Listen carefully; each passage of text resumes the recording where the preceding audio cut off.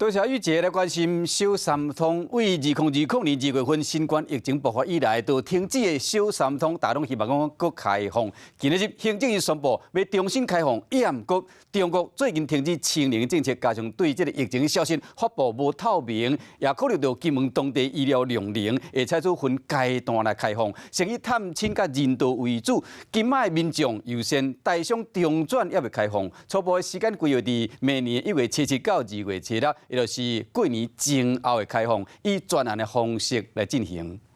就是明年的1月7号到2月6号实施。停2年10个月，小三通行政院决定恢复通行。伫12号议会当中，陆委会针对金马地区民众存在交通专案进行报告。经过审议，伫正会当控制状况之下，要满足金马地区民众返乡团圆的需求。对明年1月77到2月7日开放小三通，采取专案申请，向交通部航港局申请航班。金门是每天至多1班，那么马祖呢是每周至多2班。不过，这摆开放以探亲人道的目的为主，以金门马祖的民众优先，想要透过小三通搬车的大商摇爱等，主要嘛是考虑到金门在地医疗量能，麻烦到中国疫情监管资讯无透明，确保港口检疫人力的充足，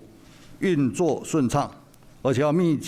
切动态掌握当地疫情发展跟医疗量能的变化，随时调度因应。事实上，为了开放小三通，疫情指挥官王必胜已经早一步去金门视察，为了保金门病院干那32张病床，包括负压隔离病房4床，医疗量能其实无够，所以要采取一步一步倒来的方式开放小三通，避免境外疫情唔那影响到金门马祖，甚至影响到台湾的防疫。